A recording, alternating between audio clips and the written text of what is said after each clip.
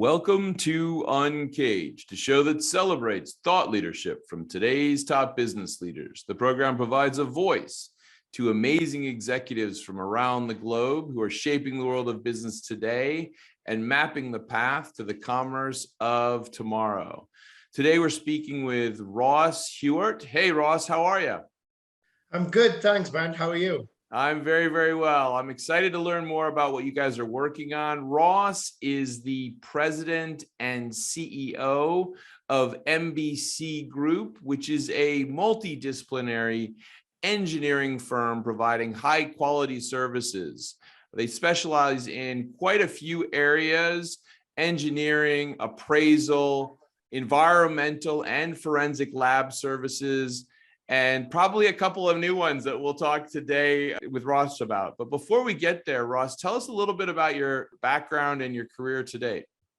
Yeah, absolutely. You know, I'm originally from the UK, and I specialized in surveying there. And thankfully, my profession took me to across the world. So, you know, having worked in the UK in the commercial construction sector, I then got the opportunity to move to New Zealand in 2010. If memory serves anyone, you'll remember that Christchurch in New Zealand suffered a huge earthquake, which of course, as you can imagine, caused substantial damages to the city. And I was fortunate enough to get there to respond and help establish the damages and repairs required. And so I was heavily involved in that for a couple of years, which is really where I met where construction meets insurance, right? That was my first exposure to the insurance sector and how it marries construction. I was there for a couple of years, but again, as you can appreciate, a relatively small city with an earthquake, didn't see me staying there forever, just based on, you know, the sort of being in the middle of nowhere. Yeah, no, it's a beautiful, beautiful country and a wonderful community, but it is quite isolated. It is. You know, I love my time there. I've still got friends there, and the country was excellent. But when you realize Australia, which is your closest country, is a 4-hour flight, it is fairly isolated. So again, loving to travel. I used to, you know, I lived in Asia for several years, and New Zealand was, the way we broke up the company, New Zealand was part of my remit. And right, I was based in Hong Kong, and that was a trek. No, absolutely. It's you look on a map and it doesn't look that far, but it is. Yeah. And so yeah, then I've always had ties to North America. You know, my sister is a US citizen. She lives in Chicago, and I had an opportunity arise in Calgary, Alberta. So in 2013, I packed my bags and headed to Canada. And believe it or not, it was a bit touch and go because they had a pilot visa program on the border. And if you had the right credentials, which I did, you would be afforded this visa because they needed these skills. Of course, that wasn't as simple as I would have liked. I got the old crusty immigration officer, and then had to go down, come through Montana after a week. So long story there. But yeah, and then I got into the construction consulting world in Canada here, primarily for the insurance sector based on my background. And after a year of working in that sector, I branched off and started my own. And in very, very short order, met my old business partner who's retired, Mark Beret, and joined what was called Beret Appraisal at the time. And we had about 9 employees, and I've spent the last 6 years not only growing that area, but transforming MBC Group into an engineering firm. And I'm pleased to say that we now have 130 employees. Yeah.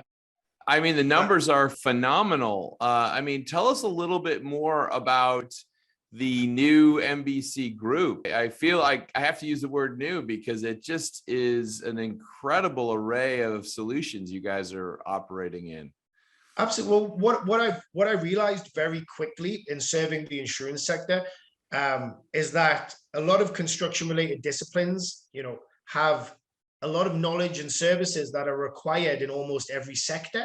They may just use different terminology for something that is a very similar service. And the reason we adapted how we did is I first looked at how do we provide more services to our existing client base who trust us. And that's really where the idea to provide additional professional services was born. Mhm. And from there, we realized very quickly, like we'd grown to about 50 consultants in that 3-year period. And so we needed to add engineering and add environmental. Mhm. And in order to do that, we looked at the trusted companies we worked with, people we had strong relationships, and we decided that our growth path to become the company we are now was going to be a combination of the organic side, which is organic growth is excellent, Mhm. somewhat limits on it because you have to find the right people, bring in the right resources, and displace other competitors for market share, of course. And so we decided a combination of that and M&A strategy was the way to do that. And Mhm. so I'm pleased to say over the last 2 years, we've completed 4 acquisitions in the environmental and engineering space, which has really bolstered our roster. And we've undertaken some really unique initiatives. COVID, I think, and the pandemic have affected everyone and every business in different ways, some on the Yeah. positive side, right? And some on the negative. Yeah. And for us, I would be the first to admit that when the pandemic arose, I had very big grand plans to move into the Ontario, Quebec markets and really establish ourselves there. Mhm. And I distinctly remember in May of 2020. So I was going out there, I was going to establish the base, do what I needed to do. And just one by one, meetings were getting canceled, one by Yeah. one. And there's nothing more disheartening than having a strat plan and executing it only to have roadblocks presented. Yeah. And I've never been one to enjoy failure, and I think that's what drives you is when I fail, because it was a failure, but it eats away at you, and it now becomes an obsession that you Yeah. have to Well, I complete. mean, I think it's, the one of the things that I've noticed is that moment is going to be something that we're all going to remember for the rest of our lives. Certainly, any professional that was actively trying to shape businesses in March of that year faced tremendous challenges. But also, it also forced all of us to be much more innovative, I think, Absolutely. and I would say also probably thickened our skin a bit. And so, perhaps those opportunities will reappear again in the Quebec market. I was actually, strangely enough, very close to you at that moment. My family owns a farm just in northern Vermont Right. really almost on the Quebec border. Yeah. And so that's where we were hunkered down Oh, during nice, those nice. months, or the early COVID, when nobody knew what was going What was on. going on? And I would agree. I would fully agree with you on that. So again, the beauty of entrepreneurship in the business world is that no matter how bad the situation, there is always opportunity when these kind of world changing events occur. And Mhm. for us, whilst that growth element we were hoping to achieve in that region just wasn't possible, Yeah. we diverted and after a little while of trying to get an idea of the landscape, and so we applied for government funding, because one thing we'd done over the last few years demonstratively was create jobs, right? Mm. Something the government were very, very big on. And so we went through some various applications, and we secured $2 million in funding to develop a laboratory in Edmonton.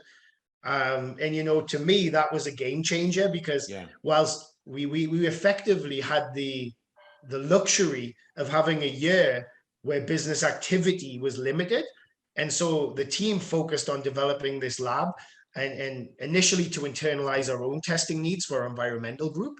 Mhm. But we've since expanded that into a whole range of analytical services, and we actually have again, I was never big in, I would say I was never big in the science realm, but having been involved in the R&D side of things from a business element, I find it fascinating.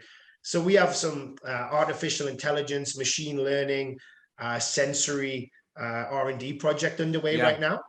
And I'm excited to get that to market because it'll Yeah, it change. sounds also like it supports. I know, Ross, I was reading a little bit about some of the services, solutions you guys are delivering in the sustainability space. So it seems like this is kind of related to that. Tell me more about what you guys are building in that area. Yeah, absolutely. So without giving too much away on the R&D side, we're effectively developing a sensor that you would be on any construction site, on any infrastructure site. Our machinery will be able to effectively test and tell you, like almost instantaneously, what the material is and is it hazardous. Right now, Wow.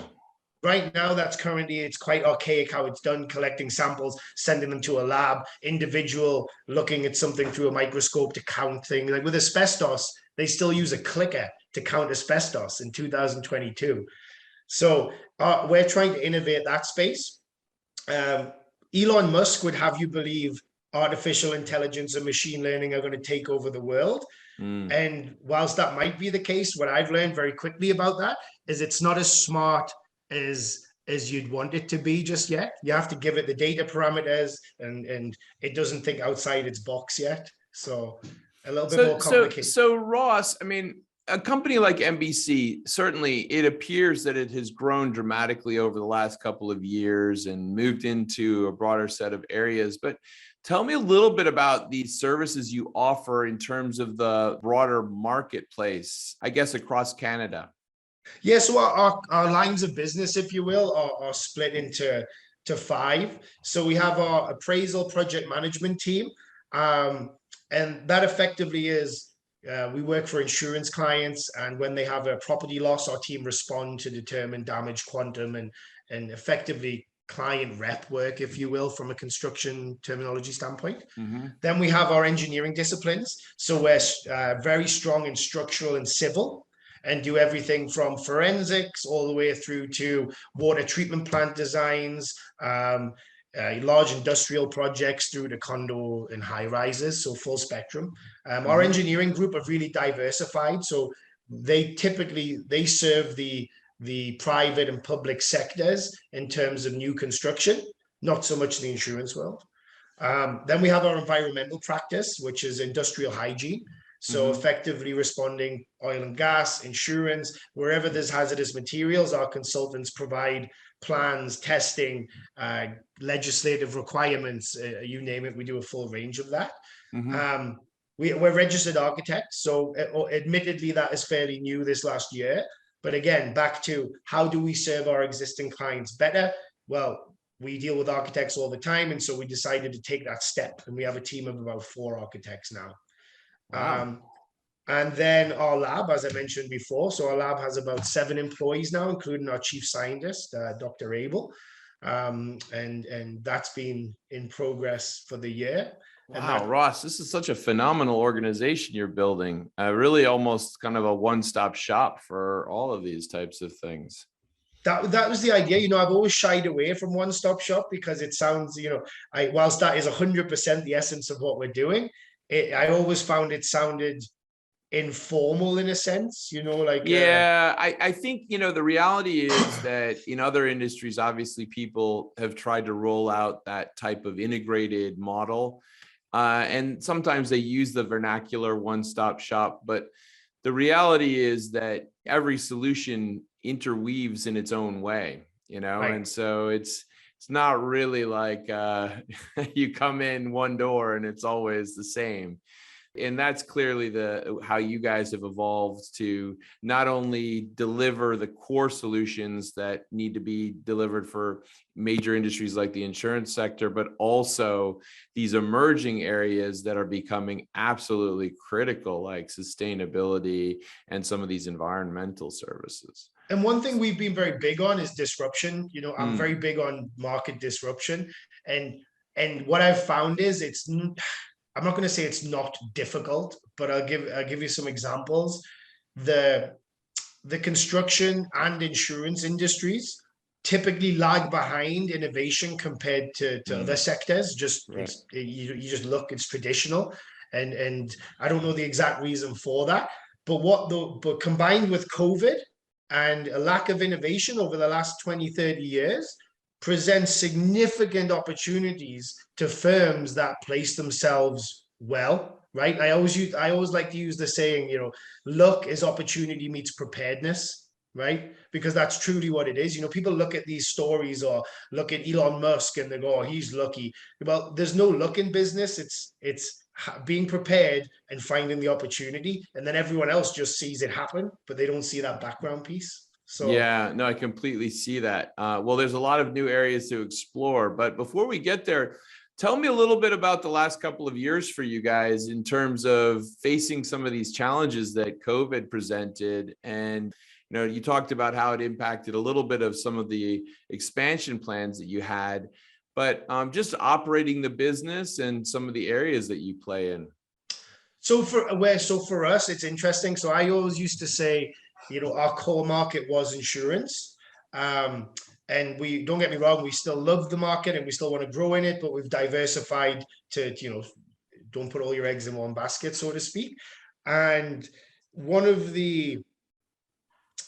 I always used to say that insurance is recession resistant, right? So, when there's a downturn in the economy, typically construction suffers, right? Because there's always that lag. But insurance, people always need insurance for their assets. And there is always people creating events that result in an insurance claim. So in essence, there might be a little bit less activity, but typically that market stays stable and they require their stable of professional services to support them. Now, COVID was a different beast because whilst it wasn't a recession, all of a sudden you had no activity, right? And so for the insurance world, the insurance companies were actually making money from their premiums because if there's no people driving cars, there's no car accidents. If the businesses are shut down, there's less fires, there's less water events. People are home in their condominiums, so you don't catch a pipe burst and you catch it. And so there are all these things, and which created the normal workflow was reduced. However, and I use the term lucky in a business sense for us, not for the people that suffered these events, but we were lucky that Canada and Western Canada suffered some of the worst catastrophes they've ever dealt with. Fort McMurray flooded. We had the biggest hailstorm in Calgary it's ever had, caused $1.3 billion of damages. Oof. Then you had the wildfires across British Columbia in the summer, which decimated towns. And then in Vancouver, in the interior, we just had the 1 in 500 year flood.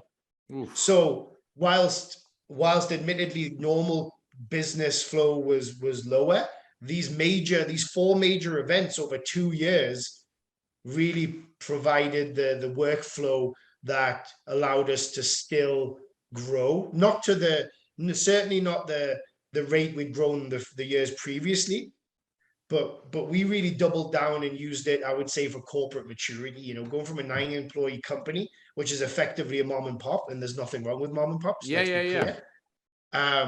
But to get to where we are now required it's a significant shift. There's no doubt about that.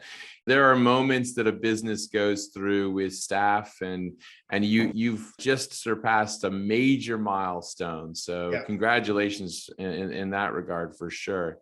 And it felt Ross, like it. Yeah. No, I know. But Ross, 2022, here we are in a new year. We're living here in the future. Tell me a little bit about what you guys are seeing for this year.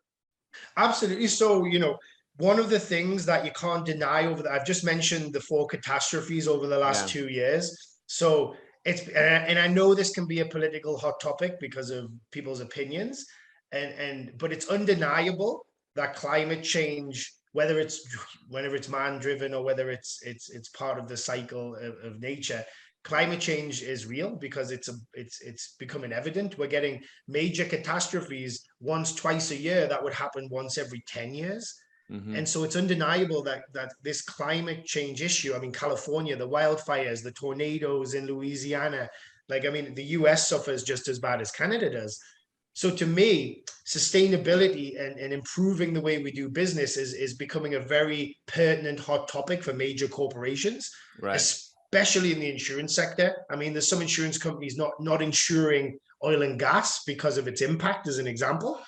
And so for us, we've got a big sustainability program running with Aviva Canada, one of our primary clients. And the purpose of this is we've developed a sustainable claims management system. And what we do here is we're looking at the entire supply chain of a claim. So the construction, the materials, the demolition, and we effectively provide a plan on a claim by claim basis. And we measure, monitor, and report on the carbon reduction achieved as a result of the activities. Oh, wow. And we're looking to roll that out. To me, it's not just a one insurer sort of initiative. We're demonstrating it works during this catastrophe in BC with the floods. And again, it's philanthropic, but my objective is to have every insurance company buy into this process. And ultimately, through taking these small steps, which I assure you it's not complicated, it just requires someone to care. Yeah. These small steps would actually have a massive impact on what is a multi-billion dollar industry. Yeah, well, I mean, I can tell you the data in and of itself is something that everyone wants to see, that type of information. So that's spectacular. Let me ask you kind of a question. Are there companies delivering or offering like almost like a global warming insurance at this stage? Or because I feel like most insurance always seems to kind of act like natural disasters are quite often not covered, right? You know, so that's a great, I mean, to me, that's a great macro point to make about the insurance industry, because in California was a prime example of that, where you had insurance companies refusing to insure homeowners in certain areas. Yeah. And the government had to take the unprecedented step, especially in the US, to step in and say, if you want to do business in California, you're going to insure those homeowners. Now, insurance is a business, so why should they be forced to insure a risk that they don't believe is good business? Right. But you have to marry the human element to that. So to me, it's a combination of working with government and to promote infrastructure, because fundamentally the ball is rolling and these events will become more prevalent, and there's no one strategy that's going to solve it, right? Yeah. It's I going can to require multiple stakeholders at multiple levels taking action. Yeah. But I always say, people think sustainability and they think the government's going to grab a magic wand and make things better and go away, which, isn't practical. No, and honestly, I think that what we're seeing is these services that you're delivering are going to be ways that we can measure this stuff much more effectively. I look at a lot of the things that bankers are trying to do to come up with sustainability measures that are accepted. And there's just such a need for more and more information and more data. So it's an incredible step forward. Ross, thank you so much for being on UNCAGED today. We've been speaking with Ross Huartt. He is the president and CEO of the MBC Group, which is a multidisciplinary engineering firm providing high quality services in areas such as engineering, appraisal, environmental and forensic lab services. And really, I would say kind of pushing this stuff to the next level across Canada, and who knows, maybe stateside at some point, right, Ross? It's in the plans. Don't worry, we just got to get there. I love it. Well, Ross, if somebody wanted to reach you, where could they find you? Well, either LinkedIn, MBC's website, or my direct email address. I don't mind sharing; it's pretty public, which is ross.huartt@mbc-group.ca. Excellent. Well, Ross, thanks so much for being on UNCAGED, and we look forward to having you back. Perfect. Thanks. Take care, man. Bye.